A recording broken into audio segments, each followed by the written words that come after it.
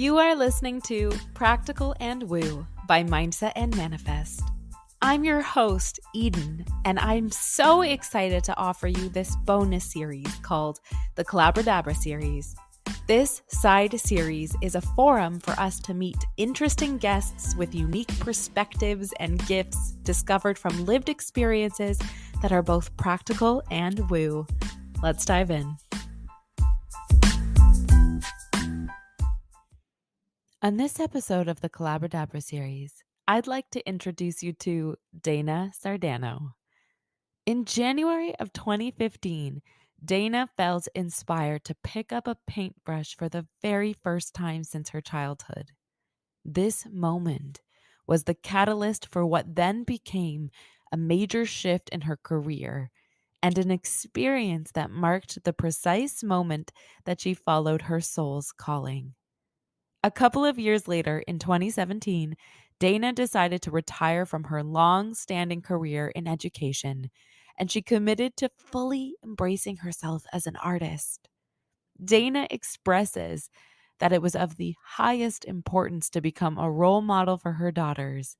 She desired to teach them the importance of listening to your soul's purpose by following your bliss.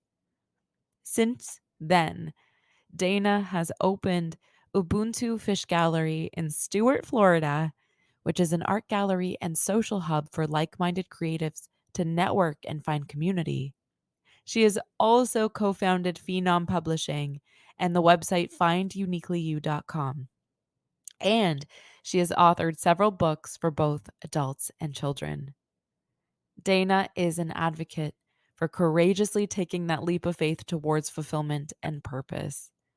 Her energy is exuberant, and I'm so excited for you to hear our CBRDBR. Hello, Dana. Thank you so much for joining us on the CBRDBR series hosted by Practical and Woo podcast. I'm so excited and so happy to have you here for our conversation. How are you? I'm good, Eden. I'm good. And I'm excited too. We were just talking about that. I'm like, yay! Yeah. Yes. I know. I just love your energy so much. And your story is so inspiring, how you were able to take yourself from being a full-time educator into a full-time artist, into a full-time creative entrepreneur. And I would absolutely love to start off this conversation by having you share your origin story of how you came to this moment right now. Okay. I'm going to do my best to be succinct. We'll just start there. But just to give you a little background about me, like you said, I was a career educator. My background had nothing to do with art. My degree was in special ed. I rounded out my career as a director of student development in a private college preparatory high school. And so everything I did was in the humanities, English, history, but everything I did was about the child's wellness from both perspectives, behavioral and academic. So that's what I did. I was a career woman. I had my children a little bit later in life. So everything was about, I was a director of student development, whatever the hell that means. But somewhere, 2015, I'm like trying to think of exact dates, but January 2015, I picked up a paintbrush for the first time by happenstance. And when I did that, it awoke something within me that I didn't understand at the time, but I knew that it felt good and I had to paint. And I mean, I've been painting ever since. I'm happy to answer any questions. I don't want to give you every single detail about how I quit my job and how I did the art festival and how I painted in the woods. But that's really what brought me here. Oh, that's wonderful. And I know that we spoke a lot about what it feels like to leave a career of Yes. 20 something years, Yeah. picking up that paintbrush and then moving forward on your own life path. How did you feel about that change making? So to give you a little bit more detail. So, again, I'm this career educator, and I say it that way because it really was my identity, and I also tutored for the college prep exams, like the SAT, ACT. I don't know how it works in Canada, but in this, do you guys take college entrance? Not SATs, right? We don't do SATs. we don't really have entrance exams like that. No, not in Canada. It's only Okay, for past, like, to go to law school and, like, gotcha. So yeah. the post But grad a lot of Canadian students take the SATs just in case they want to go to to an college or American university. school. Yeah, exactly. So, but it's a really big deal. It's a really big deal in the United States. So, like, kids, they get tutors. Anyway, so this is what I was doing. And then one Friday night, I said to my husband, we had a babysitter, my kids were really young. I was like, why don't we go to one of those painting with a twist classes? And he, like women drink wine and like they paint the elephant or the palm tree or whatever it is. And he was like, nah. He's like, I'm not going to go hang out with a bunch of ladies and drink wine, but I'll take you to Michael's, to the local craft store, buy anything you want. We'll paint at home. So when I had done that and it shifted something in me, and this is to answer your question, when I would go to school every day after that, and then I would come home and I would put the kids to bed. I would put the sheet on the dining room table and I would paint. And I would go to school and I would like hang my paintings in my office, similar to what you're seeing behind me. I would give paintings away. And after about a year of this, 6 months to a year of this, I realized I could no longer do what I was doing there when I knew that I could do this behind me. And so I started painting January 2015. By the summer of 2016, so going into the 2016-2017 school year, I went to my principal and to my head of school and I was like, you got me for another year, I'm out. So how did that feel? Well, it was scary, but not scary at the same time, which is really interesting because it was the only thing I knew I could do. I was making 6 figures and I went to my husband and said, I need to quit my job. And we were both doing really well and we lived the lifestyle of people doing really well. And he was like, well, if you're going to leave your job, we have to sell the house. Like, I guess thinking that would scare me off a little bit. We had just remodeled the house. We lived by the beach in Fort Lauderdale, like the whole nine. I drove the fancy car. He's like, you're going to have to give me the keys to your fancy car. So I gave him the keys to the car. We put the house on the market. We moved out into the woods and I painted my little heart out. And I make it sound so like romantic, but he was having a nervous breakdown. He was supportive. And I'm like, don't worry. Okay. Oh my gosh. So what I'm hearing you say, and I'm celebrating you for going after your very obvious soul calling. And I know that it led Yeah. you to creating an environment for artists to meet collectively. And from there, in supporting and empowering, you know, people finding their ultimate truth, their bliss, following their passions, their dreams, and coming together as a collective. And I think all of that are such robust missions. And I would love, within the span of this conversation, for you to be able to highlight all of that. All of Yeah, your it. books. What I'm hearing you say, what I'm feeling is that you had this like intuitive urge, and yes, the fear was present, but there was more certainty that still continued to drive you forward. And I think that's such an important thing to highlight for people, especially type A personalities who are trying to do everything that they're supposed to be doing and then ultimately end up being successful in those things, or even not being successful in those things, and wondering either what is wrong with me, why can't I get there, or wondering why isn't this enough for me. And to hear you actually have the courage and the conviction to follow that little feeling, the voice, the feeling, however it showed up for you, is so inspiring to showcase to others, and also to see you on now the back end of this growing business and an initiative.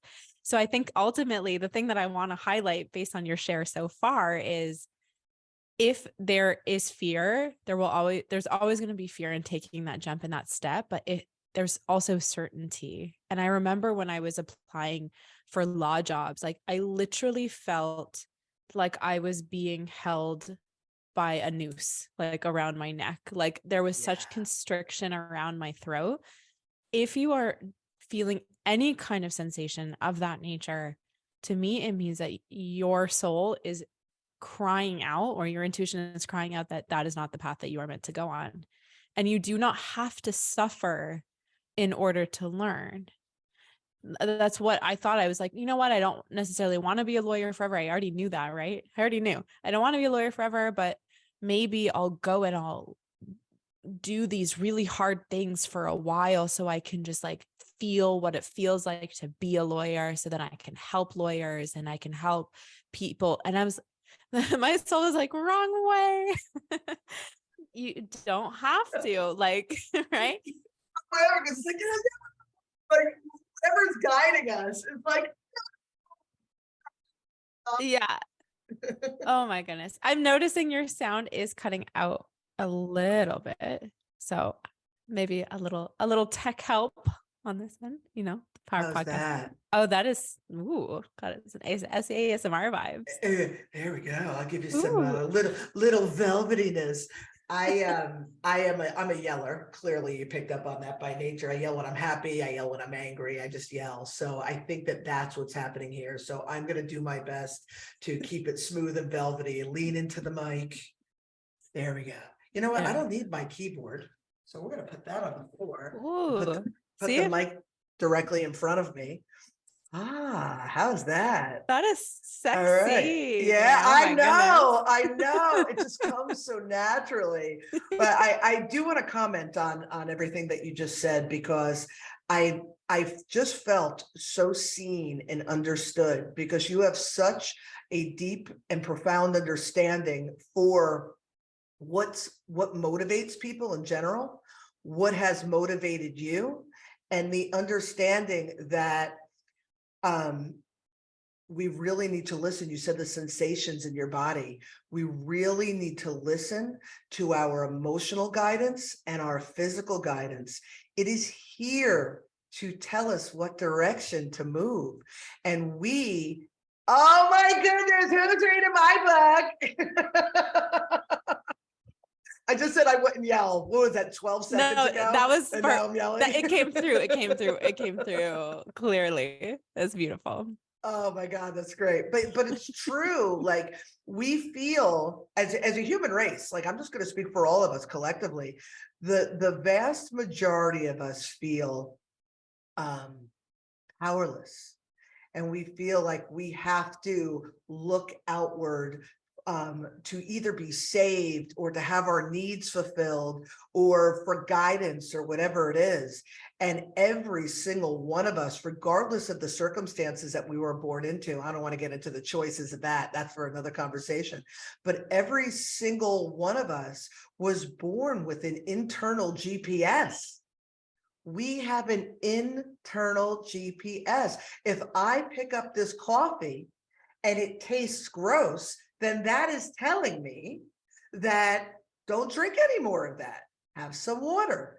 If I meet you and I get an ick, that's telling me something ain't right here. And maybe this person isn't in your best interest, or a circumstance. You said you wanted to be a lawyer, or you sought to be a lawyer, and you felt a noose. Oh my God. And what people don't understand, just to take it a step further, is the physical guidance, like your stomach flips or the hair stands up on your arms or whatever. Or when we have alerts, like, for example, I'm on the computer too long, I'll get a migraine. But what do most people do? They take a pill and they stay on the computer. The migraine is alerting you that you're doing something that isn't in your best interest. And then it could snowball into greater maladies. And I just want to punctuate that whole point with, when I was 25 years old, I was diagnosed with thyroid cancer. And I had the surgery and the radiation and all of that. And I understood at 25 and didn't have the basic understanding that I have now. But at 25, I understood, because I was so stifled my whole life. I wasn't allowed to say what I wanted, be who I wanted. It was just a stifling of my throat chakra, if we want to go in that direction. And the stagnant energy, the stifled energy, it creates maladies in our body. You have stomach problems, look at your solar plexus. You know what I'm saying? You have headaches. Oh yeah. Look at your crown and third eye, and again, I don't want to go like right into woo-woo, but here I am. But thyroid cancer, as a result of, I was not allowed I was not celebrated for being the most authentic version of myself, Mhm. period. I'm so glad that you were able to complete that journey with that dis-ease and find your expression so clearly. Before you were apologizing, right, for the yelling of your voice or Yeah. the, but I'm noticing that your voice is an additional artistic expression and is part of you. So I am celebrating the art that comes out of your hand and your mind and the art that comes out of your voice as Oh, well. I just love you, Eden. Oh, you can we need to hang out all the time. So yes, I did pull out Dana's book just for the audience. This says 10 Recommandments for Personal Empowerment. I believe this is book 1 of 2. If One I of two. And just because it's on my desk, this is kind of embarrassing. I just so happen to have its follow-up right here. There you And go. it's cute because they're very similar. Like they look very similar, but this is really, you could read this one without reading that one, but they really are the 1-2 punch for sure. For So sure. I haven't finished it, candidly, but um I do love how honest and authentic you are in it, in expressing yourself and your story, your journey. The earmark is literally on the recommandment. I shall trust my emotional guidance system and rely on this information to inform me of what I don't want in order to direct me to what I do want.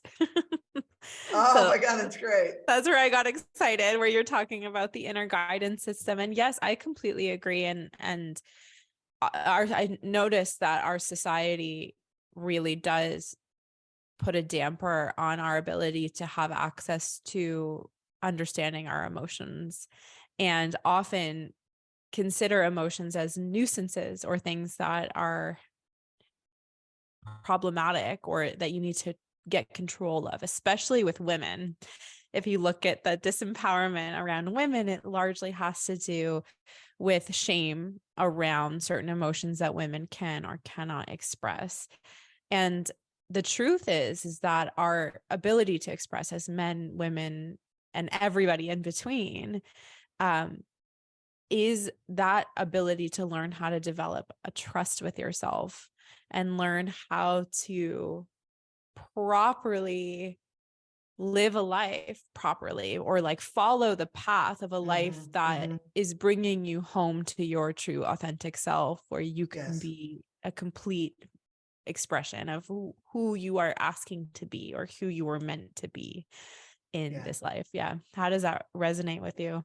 Oh, everything that you say 100% resonates. And just to put a finer point on what you said, um, again, it goes back to if it feels good, it's that simple. If something comes easy to you and it feels good, that is alerting you, again, your emotional guidance system, right? It's alerting you to do more things like that. But we, because of, again, societal conditioning, dysfunctional, family dynamics, whatever it is, we have been implicitly and explicitly conditioned to numb our emotions, like you said, to stifle or ignore our emotions, or to feel shame in our emotions. So, and as we develop, do you mind if I go full chakras on this for a Go second? full chakras. All right, I'm Maybe going full chakras. explain chakras and then Of go full course. chakras. Of course. I actually wrote, prior to 10 Recs and Decoding the Woo Woo, I wrote what I called a children's book. It's called Veda Finds Her Crown, but it's actually for everybody. It's like a Disney movie. Like, you go with the kids and the kids like think the cartoons are cute and the parents are laughing at all the jokes. And, and I actually teach a workshop on Veda to educators, to adults, to adolescents, to the whole thing. But Veda talks about our chakras and the development of our chakras. And if you're familiar with Maslow's hierarchy of needs, you have the pyramid, and you have like the needs, like basic physiological needs, food, clothing, shelter, the need for acceptance, the need for love, and then all the way up to self-acceptance. The chakras are our energy centers in our bodies.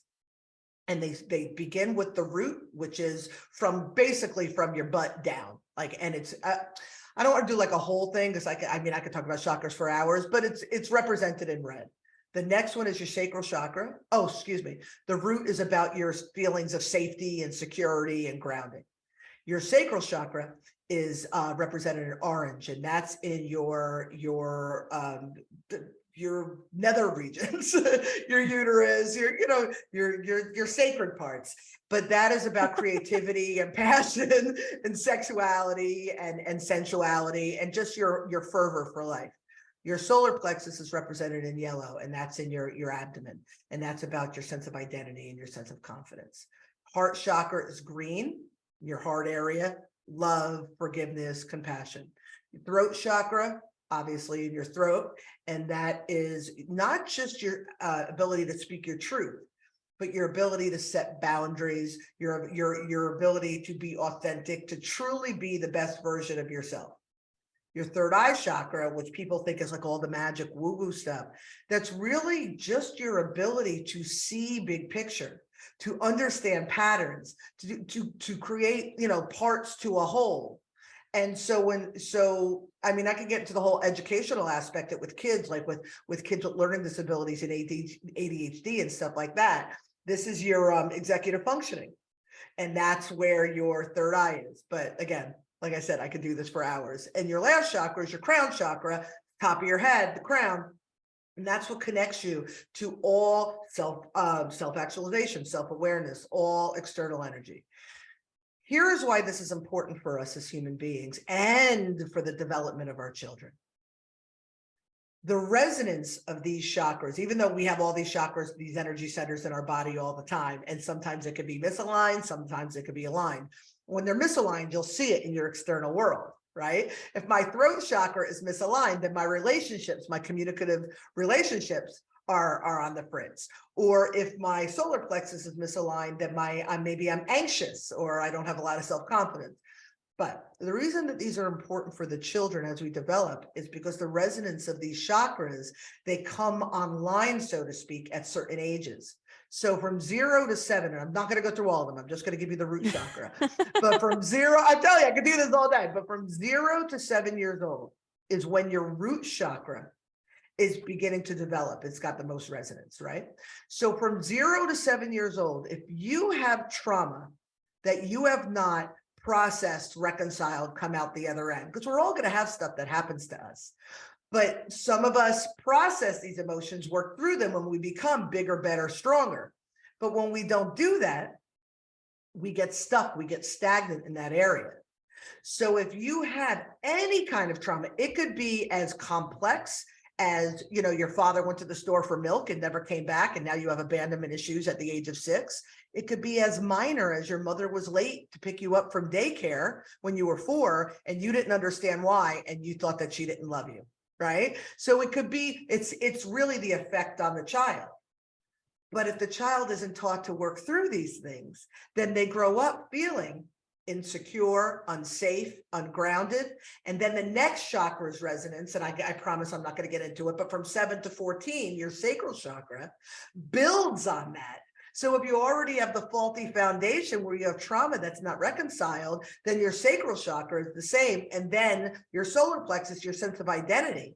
So you see all the time adults in the world that in the moment something like trauma or something unpleasing hits, you can see, oh my God, there's a coping skill of a 9-year-old. Oh my God, there's a coping skill of a 7-year-old. There's a coping skill of a 14-year-old because it was never reconciled. So it's really, really important to teach these children how to reconcile their imbalances at a young age. That's why Veda is so important. And for adults, many of us have dysfunction that we don't even realize it's dysfunction because we're surrounded by dysfunctional people because we attract other dysfunctional people. And that's why books like 10 Commandments are so important, because it teaches people in a how-to format through my anecdotes, through my stories, how to reconcile those imbalances, and then hopefully bring it to the children so we could have a unity conscious generation in the generations to come. Oh, I love that your whole mission is to give back and to teach our children and our generations to grow. Yeah, I heard recently a brilliant statement that you aren't raising children, you're raising adults. You're having children and raising adults. And Yeah. so it's that conversation to be open, honest, and transparent about emotional integrity, resiliency to really showcase that, yeah, we can create our reality, right? So neuroscience and metaphysical studies and quantum realms and quantum science and the 0 point field and all of these things, science is starting to get on board with what Eastern philosophies and what woo-woo people Yeah, have known for a long time or have intuited or channeled, yeah. that yes, it is a microcosm, macrocosm experience where how we feel energetically on the inside and our lens that we wear is holographically being reflected back to us. And it's so fun to play in that realm. That's the whole purpose of this podcast, is to showcase the practicality of that. It's not wishful thinking. It's not cliche. And there are, obviously you're living a three-dimensional reality. And so Hmm. you are going to be invited to take action, but you're invited to take action that feels so delicious, even when it's scary, that is then how you can have the fulfilling life. And it's the power that comes from moving through obstacles. So I read another book recently, and the name is escaping me right now. I think it's like How to Break Loose from the Money Game or something like that. Hmm. I have to tell you that the cover of this book looks like it's a turnoff, and it turns off a lot of people in the reviews. If you'll read, it's like, get past the cover of the book. And it's almost like the author did that on purpose. It looks like a car salesman-y kind of like graphic of like a man with his briefcase, like jumping. Like it's very funny when you're like, don't judge this book by its cover. But this author goes into the experience. I think his name is Robert Scheinfeld, if I'm correct. We can resource that later. He goes into this understanding that we are in a holographic universe. And why would we be in a holographic universe? Well, there's examples of why literally everywhere you look. Why do you go to Disney World? Why do you go to movies? Why do you want to play video games? It's the experience of experiencing something with your whole self, and then also overcoming it, winning it, moving through it, enjoying it. And so I think that that's really cool. And I'd be interested to know from your perspective how this ties into your learnings and your downloads and all of that. Oh my goodness. So, I love that you focus on the practicality, because again, there are two extremes, and we had talked about this when we spoke previously. You have again, throwing the word woo woo around, but you have the woo, and there's this people who are very, I call them the I dotters and the T crossers. I'm married to one, right? Like people who are very, Meticulous. meticulous.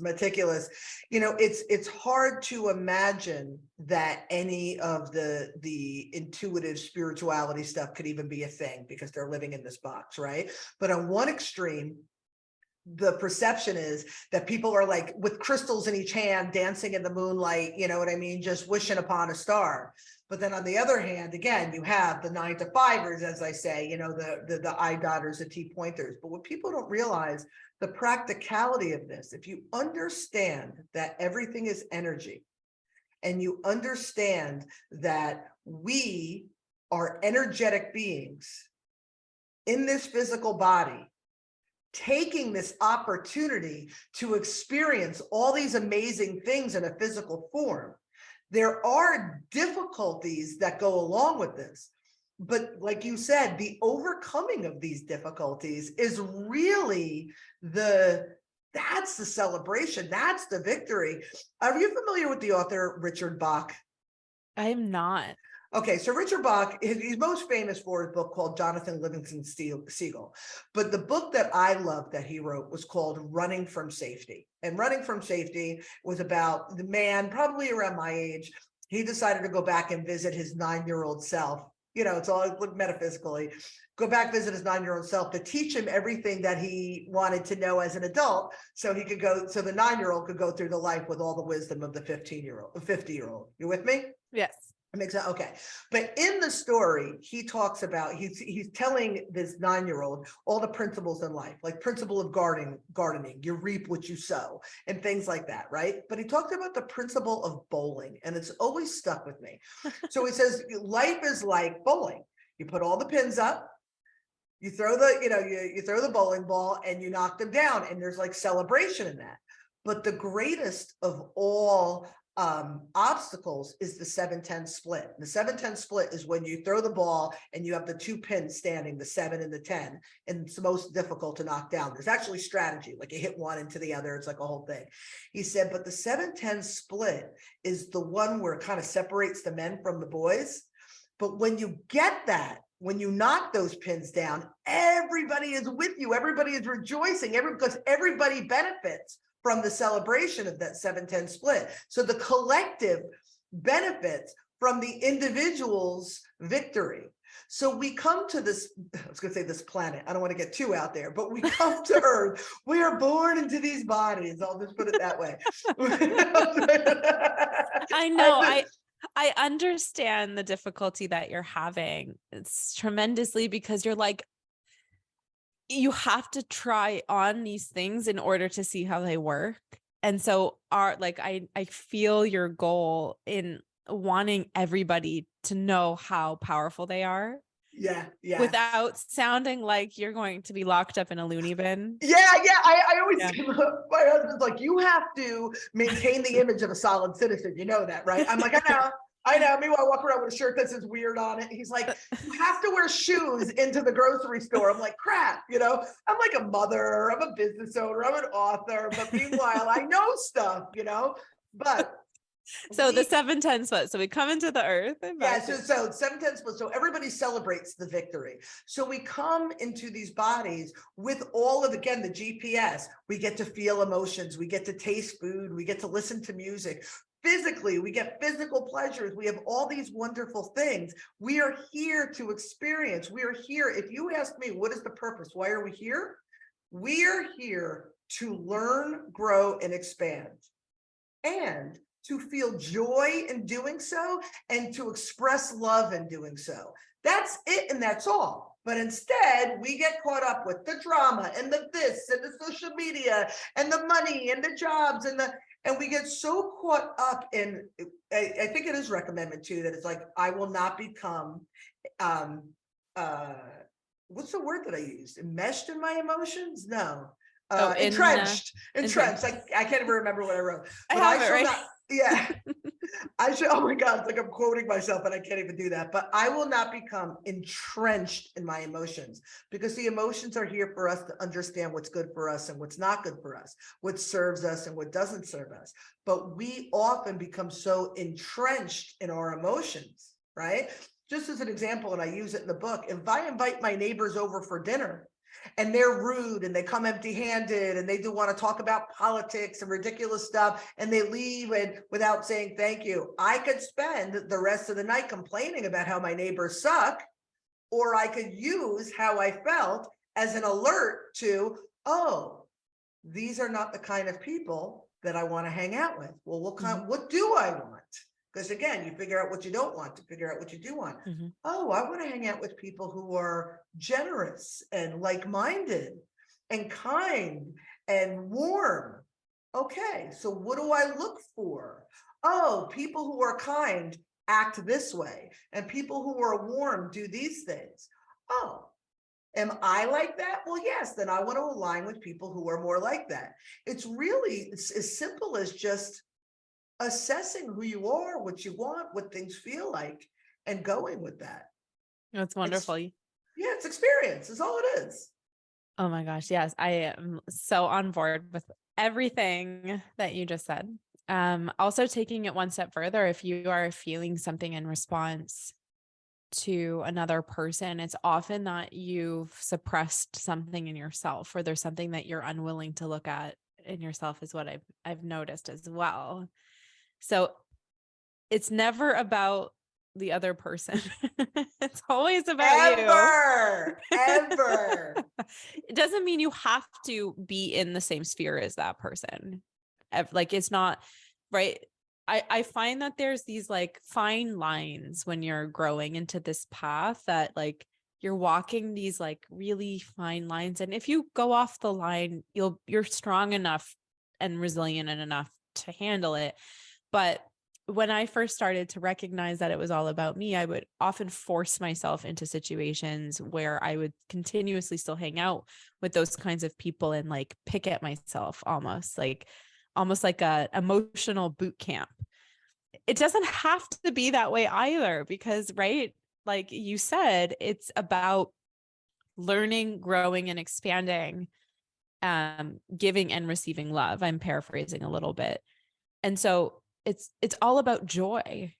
How are you joyously living in the moment? How are you blissfully experiencing your world? And some of our audience may not be able to feel in their body right now. Like that's a common thing for a lot of people. And I know for me, numbness, if you take a moment and actually feel, if when you look at something really beautiful, if it actually evokes something or a sensation, felt sense within your body, or if it does not, right, there might be some somatization that has to happen in the body. And that's a whole journey unto itself, I can tell you. But it's all about you and the key, right? We're all the main characters. Oh my God. I tell you, firstly, you are so wicked smart. It's awesome. Oh, It's thank awesome. you. But just to what you were saying about the sensations, we had opened with this. We are taught not only to numb ourselves, the big one, the big one is distracting.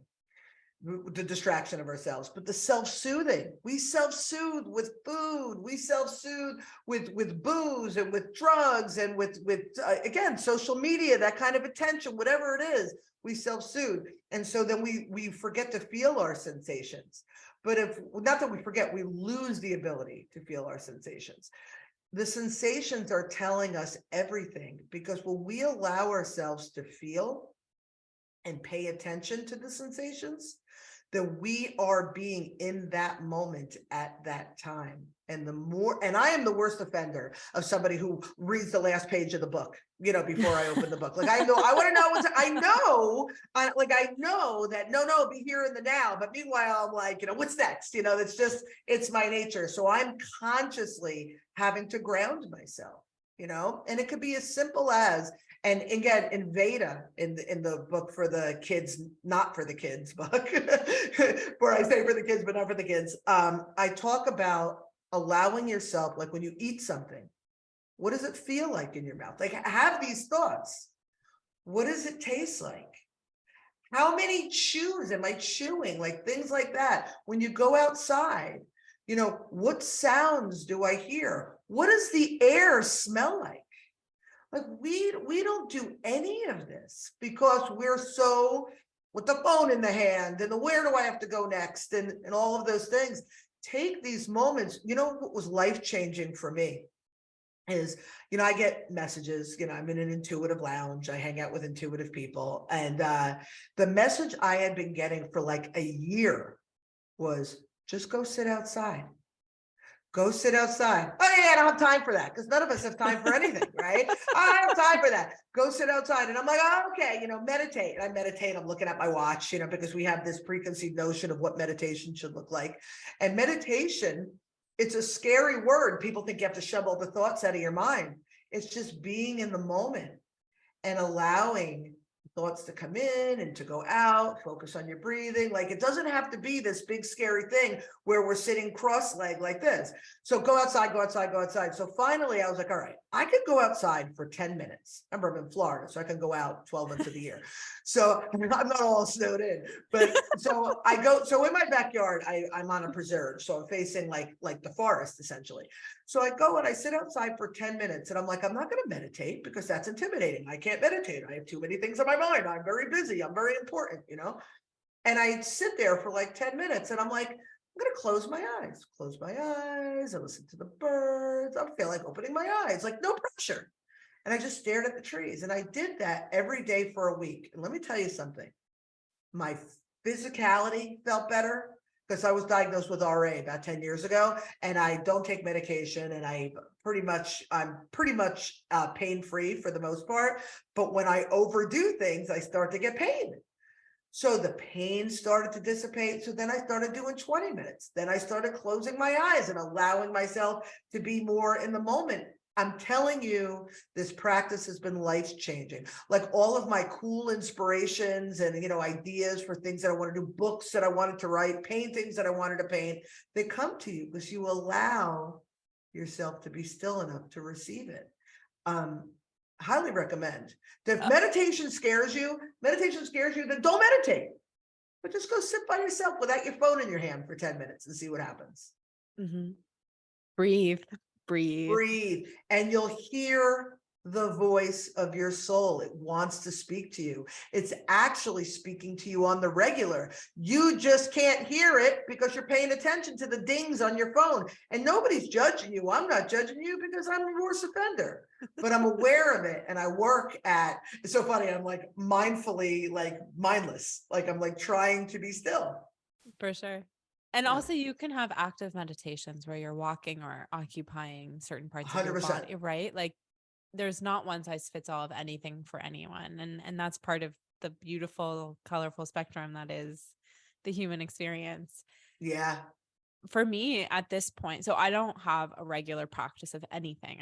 I know for myself, I don't like routine. I don't like routine. So put into place in my business a lot of automation, a lot of time where I'm focused on one thing and I'll do many of that one thing and then schedule it out because I know the next day I'm not going to want to do that same thing again. But I do connect to myself spiritually every day in some way or another. And for me, the variety has at this point, like I remember the contrast of when I used to close my eyes and there would just be black behind my lids, right? But now I can actually see worlds, right?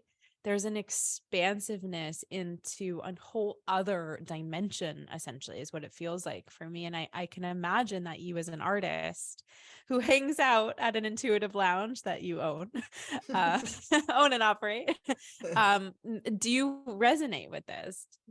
How does this land for you? Yeah. Yeah. Well, firstly, I just want to mention that in Decoding the Woo Woo, again, the follow up to 10 Rex, I talk about meditation based on what you said, that it could be active. Like I used to run. And when I ran, there was like this meditative state. But as far as the seeing, like the world within the world, when you sit with your eyes closed, I would call myself, if I had to categorize myself, I'm clairvoyant, right? So clairvoyant is clear sight, like the ability to see. But I don't see, everybody sees differently. Everybody's different. I have friends who see in their mind's eye. I have friends who see outwardly, like they see spirits outwardly. I don't see, which is ironic because I am a visual artist, but I don't see like that. I see with an understanding, like see the big picture. But what I started doing is like when I close my eyes, some people see visions. Like my friend Angela, we do business together. She has visions where she follows them, like dreams, but being awake, and she sees where it's going. Like she sees a story, essentially. I get the worlds that you get. Like I get like a little bit of I'll envision a world. I think it's my home. We'll just leave it at that. Again, I'm a solid citizen. I'm trying to be normal, but I can see, we'll just say I can see where I'm from. But I get like impressions. Like I remember once seeing something like I was like, I thought I saw a pyramid, but it was like an impression. I just knew that it was. And then I saw like a falcon. And then and I do like this because you see them in different parts of your Yeah, mind, right? Like mine works. sometimes it's over here. Mine works a lot like yours. I Right? It's resonate. like an Yeah. impression. And then when you sit and you just allow it to come to you, all of a sudden I'm like, oh, this is in Egypt. And oh, this is about and then you start to get it because you're allowing yourself to just listen. For me, it's dreams. My dreams, now that I'm realizing that I'm saying this, I don't like consciously, I don't have visions because I think I have a very busy mind. But when I'm dreaming, oh my God, dream interpretation is like my gift. Like Oh, I could tell you, I dream about other people and I could tell you like their whole story. Like it's a really cool thing. Oh, I love that, and I love dream interpretation as well. I sometimes will collect in my space certain little things that represent experiences that I've had within my subconscious or within the nether world, I'll call it right now, to remind myself of the lesson I was being asked to learn. Once I had a dream, um, long story short, there was this hippopotamus floating in a river, and I was in the river with it. And the word gangrene was coming up. It was a toxic river. And if you look up the metaphysics of the hippopotamus, it's all about like empowerment, powerful, and they're such like they're so themselves in their own authentic truth. And so I Mhm. was like, oh my God, I'm stifling my access to who I actually am. And like, if I'm not careful, like I will sever that. And so like got myself a little hippopotamus. It's actually a cigar or smoke like cigarette Uh-huh. ashtray. Like it has a big open mouth and I like filled its mouth full of gemstones. And it's Oh my like, God, I love yeah, it. I it's like love an it. antique, like hippopotamus ashtray. It's in my space and it will remind me of that dream or that experience. Once when I was working through like somatic processing, I had even a word, right, pop into my head. And it was a part from like plumbing that I don't know how I knew that word or why I knew that word.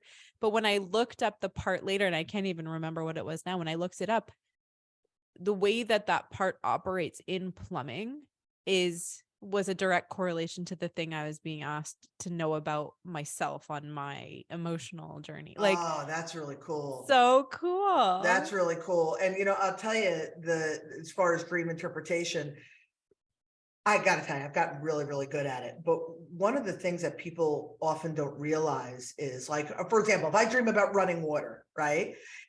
My tendency might be, or a person's tendency might be to run to a book and look it up or go on the internet and look it up. But you really have to ask yourself, well, I can see looking up the part because you needed to know what that meant, you know what I mean? Yeah. But I'm talking about like symbolism. Well, what do staircases mean? And what does this mean? What does it mean to me?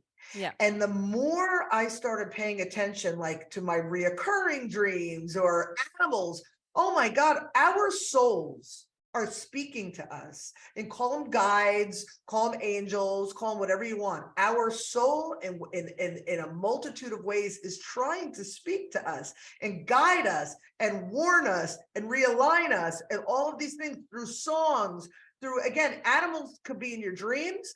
It could be, in the wild. I once was here. This is when the gallery first opened, and we were all in the front. And you have no understanding of what I'm in my office. There's a back door here, and the galleries in the front. And we heard a scratching, and we look, and there's a glass door here. There was a raccoon, no exaggeration, like knocking on the door. Like there's a reason that raccoon came to our door.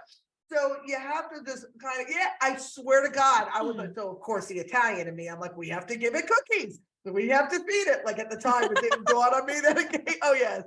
But our soul, the energy of our soul, the energy of the collective consciousness, it comes to us in birds. It comes to us, like I said, in songs. If something resonates with you, it's because your soul is trying to get your attention. I love Barry Manilow. I'm a total fan of Low. I'm not embarrassed by this. I get ragged on all the time by my friends, but I have them playing in the gallery all the time. Love Barry Manilow. I wake up with song lyrics of his in my head, and I'm like, okay, not that Barry Manilow is trying to speak to me, but my soul is speaking to me in my language. We just have to pay attention. It's Oh, there. yeah. Oh my God. I'm so lit up by it all. Yes. Yes. I would love to give you an opportunity as well to talk about your wonderful intuitive lounge and your gallery in Florida. Is it Ubuntu? Is that how you Ubuntu. pronounce it? Ubuntu. Ubuntu. So what is Ubuntu and why did you name your gallery that? Ah, my goodness. Oh my All of goodness. it. Do we have time? Do you mind? Can I just share a little story about Ubuntu? Yeah, absolutely. Okay. So Ubuntu, okay. About 10 years ago, this is before I was painting. My kids were little. My kids now are 12 and 13. So they were like right out of the wrapper. They were like this big. I stumbled across this story, probably on social media, of this anthropologist who was studying a tribe in Africa. And when he was waiting for his transportation to pick him up to bring him back to the States, he was hanging out with some kids in the village. And he said to them, "Hey, let's play a game. I got some candy, some candy he bought in the city." He's like, "Here's what we're going to do. I'm going to put this candy by this tree, and I want you guys all to line up. And on the count of three, I want you guys to race to the tree, and whoever wins gets the candy." So the kids are like, "Oh, great." So they line up, and he goes, 1, 2, 3. And on three, they all lock arms and they all run to the tree together. And the anthropologist was so taken with this. He was like, "Oh my God." And he goes over there, all the kids are eating the candy and they're having the best time. And he goes to one of the girls and he's like, "What are you doing? Why would you do this? Why would you, if you could have," he's like, essentially, why would you share? And the girl looks at him and she says, "Ubuntu. I am because we are. I can't be happy unless we're all happy." So, mother of two little girls, I totally lost my shit. I'm like, everything is Ubuntu. This idea of this unity consciousness, this collective that we're all in this together, right? Collaboration over competition. I was like, everything has to be Ubuntu. So my kids grew up not even knowing that it wasn't a part of the general vernacular. If my little one isn't sharing, my big one will be like, "Nadia's not Ubuntuing." Like everything was Ubuntu in my house, right? If the kids did something nice with each other, I'm like, Ubuntu, like everything's Ubuntu. So when I started painting, it was just obvious that I would call my artwork Ubuntu Art by Dana because it brought me so much joy to create it. If it brought you joy to view it, then Ubuntu, right? So go a step further, then I opened the gallery. And it had to be Ubuntu because this is this place of unity consciousness that we're all in this together. So I won't bore you with the story of how the gallery came to be, but I connected with another woman that had a similar mindset as me. We immediately became fast friends. She was a heavy intuitive and a creative artist. I was a creative artist or a heavy artist, but with the intuition. And we knew a bunch of people, we knew a bunch of artists, we knew a bunch of intuitives. And like, wouldn't it be cool if we got all of our intuitive friends and all of our artist friends, because truly these gifts grow in tandem. If you're creative, you become more intuitive. If you're intuitive, you have the desire to create. So Ubuntu Fish Gallery, it's really me. Like all the art is mine. I do the workshops, but I bring assists from my friends who are intuitives, like my friend Anne Marie. She's a trans channel. We just did a group together where we did a channeling with a group of people. I have a friend who's a psychic medium. She'll come in and do things. I do my own stuff. I usually combine the intuitive with the painting. Like I'll do a thing on chakras and then we'll paint your chakra. And so we do all of that. And then my artwork, if you go to Ubuntu, it's UBUNTU, UbuntuFishGallery.com. Oh my God, you'll see everything. My books are there, finduniquelyu.com, Phenom Publishing, like all of these branches of, like you said earlier, of my mission to just assist others in realizing their power. That's all I'm doing, is just saying, hey, look, I was here and now I'm here because I did these things. And the main thing was I dedicated to myself. So for you, dedicating to yourself is going to look different. And for that guy over there, dedicating to himself, it's going to look different. But I'm here to show you can.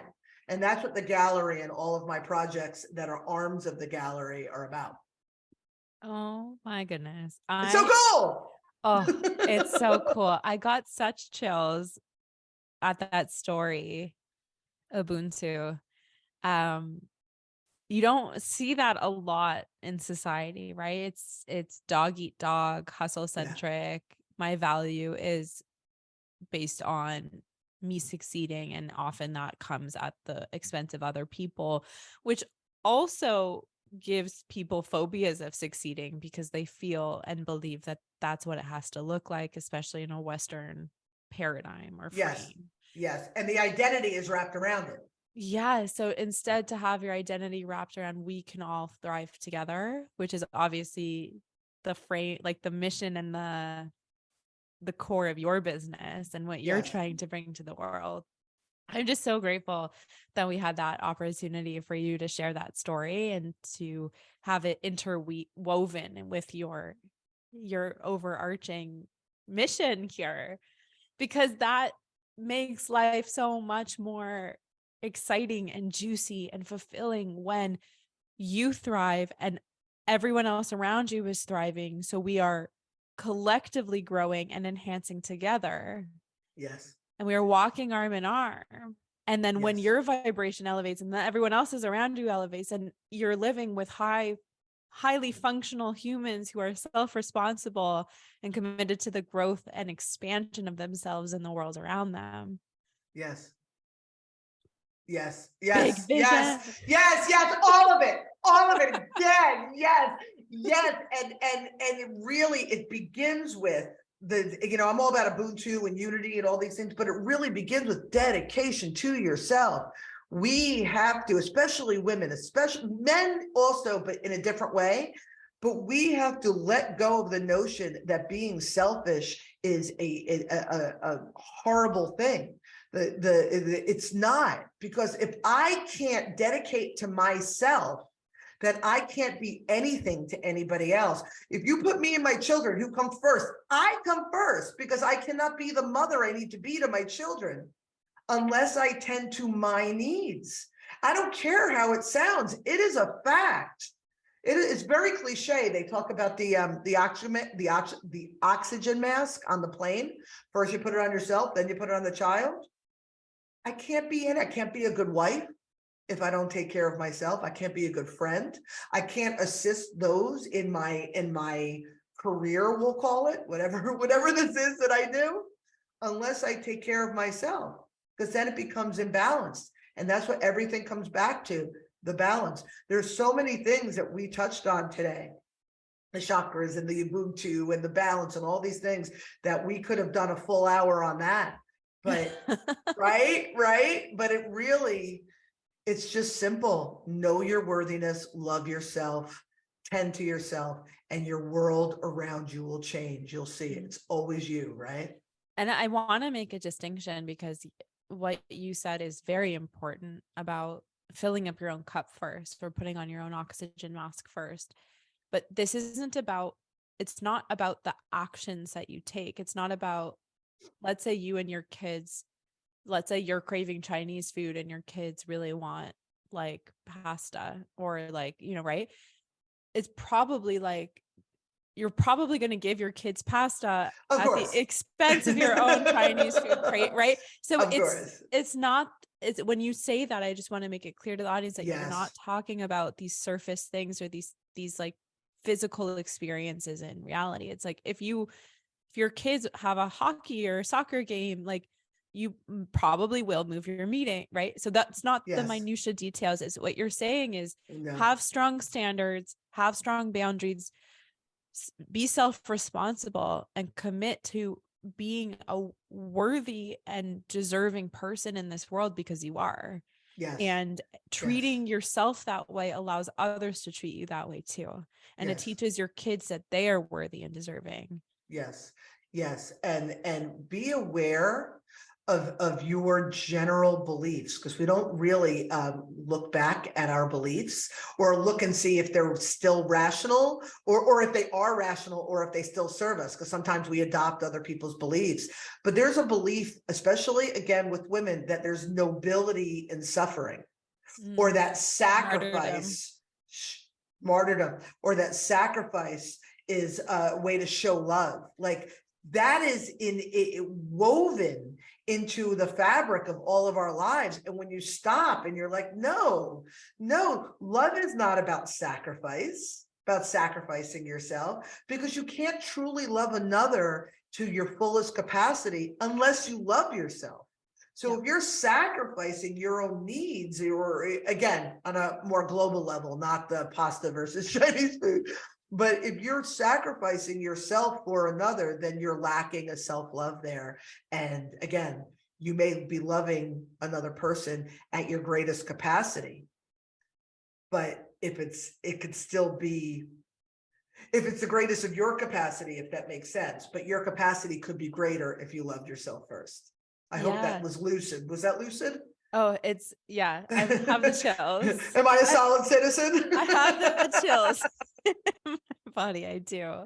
Oh my gosh. This is such an inspirational conversation, and it feels like we're making art through technology and conversation. So I think that that's really cool and very on brand for you and me. Yeah. I mean, yeah. Artists in different ways. Yeah, it's creators. We're creators, right? Creators. Yeah, everybody's a creator. Everybody. People don't realize it, that even people are like, oh, I'm not an artist. You're creating your life. Everything you do is a creation. If you don't like the creation, well, then the creator needs to change what you're doing. Because when I look around at my life, and this is not a brag, this is actually something that I'm very genuinely proud of. When I look at my life and I see my solid relationships and my relationship with my husband, and I see my children are well adjusted, and I see the art that I make and the things that I do, and I'm like, I created all of that. I feel good about that. So if you don't feel good about the world around you, then you need to rethink what you're doing to create that. Mm. Ah, that's a good place to start to wrap up. I actually, I did this on one of the other podcasts one of the other collaboradabras that I've done so far, where I pulled an oracle card, and this deck really called out to me for you because it's fun and playful and has jokes. Oh, yay. Could I pull one for us? Yeah, do it. Okay, amazing. Do it now. Do it now. So this is affirmators. I love them. They're so on point, like any oracle deck, and there's always like a little levity woven into the cards, where you'll see there's I humor love that. and I love. love that. And that's another thing, people, we don't have to take life so seriously. Like, part of the joy is, I mean, I am so irreverent. Like, I'm really, really a bit of a jerk. Like, I like to crack jokes and mock things, and it's just part of life. Just have fun. Have fun. You know what I mean? If your intentions are pure, who cares?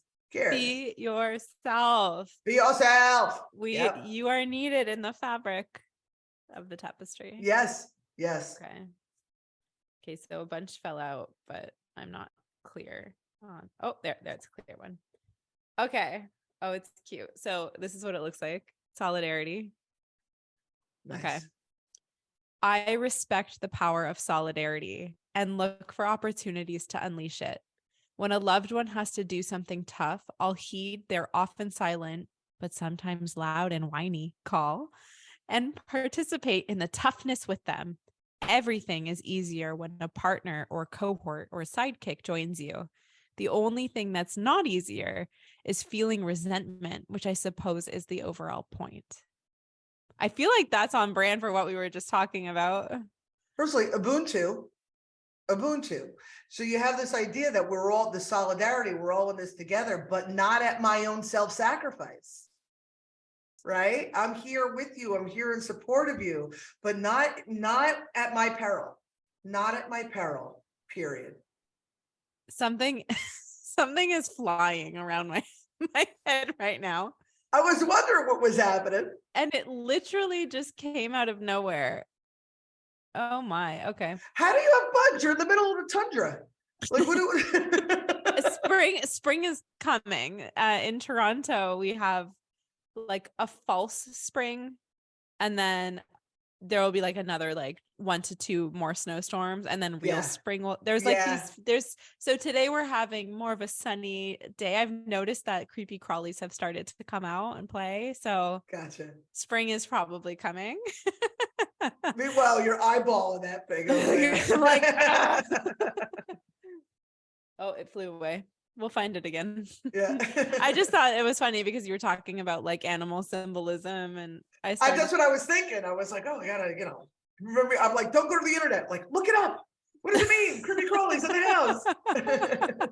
Oh, I have a deal with the universe, actually. Creepy crawlies in the house. So I get sent them sometimes, but I tell the universe, if you send your creepy crawlies here to my home, then I am allowed to kill them. So then I have a boundary around that. So if creepy crawlies come here and then I dispose of them, if I cannot humanely escort them out, easily. The universe did not heed my boundaries. So It's so funny that you say that because not too long ago, I had a similar conversation with a friend of mine about bugs. Look, we want to be kind to all the things, but if you set a boundary, it's exactly what you said. I don't want bugs in my house. If the bug doesn't respect that boundary, because again, you put it out, then sorry, splat. So if you are anti-bug killing, I am so sorry, but my boundary was crossed. Yes. Now I have to find it, but I won't do it on the podcast. I'll Okay. Well, we appreciate that. We all rejoice. This has been such a pleasure, Dana. Thank you so much.